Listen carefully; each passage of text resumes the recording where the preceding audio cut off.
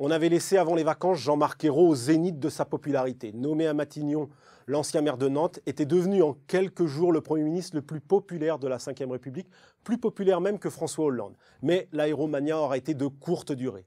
Déjà, son discours de politique générale, prononcé à l'Assemblée nationale au début de l'été, n'avait pas emballé sa majorité et même, dit-on, déçu à l'Élysée. Prudent, poussif, bref, en un mot, ennuyeux.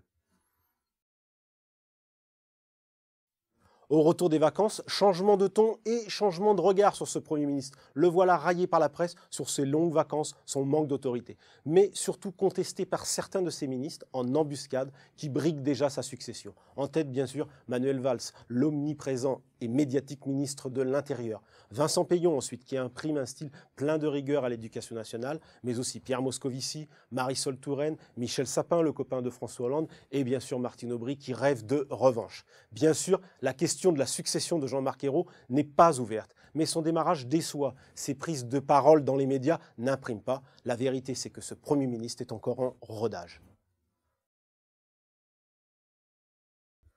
François Hollande a dû lui-même se résoudre à accélérer face à la crise. Sa lecture des institutions devait être celle du vieux schéma de la Ve, le président au-dessus de la mêlée, laissant son chef de gouvernement prendre les coups. Or ça, c'était bon du temps de François Mitterrand et du septennat. Depuis le quinquennat et la pratique sarkozyste du pouvoir ont accéléré le mouvement. Dans ce contexte, il reste à Jean-Marc Ayrault une carte. Le Parlement, son terrain de prédilection. L'ouverture de la session parlementaire va lui offrir l'opportunité de montrer son savoir-faire et de maintenir la cohésion de sa majorité. Or, cette majorité va être soumise à dure épreuve avec deux votes majeurs. D'abord le traité européen et ensuite la loi de finances, un test déjà décisif pour mesurer l'autorité de Jean-Marc Ayrault.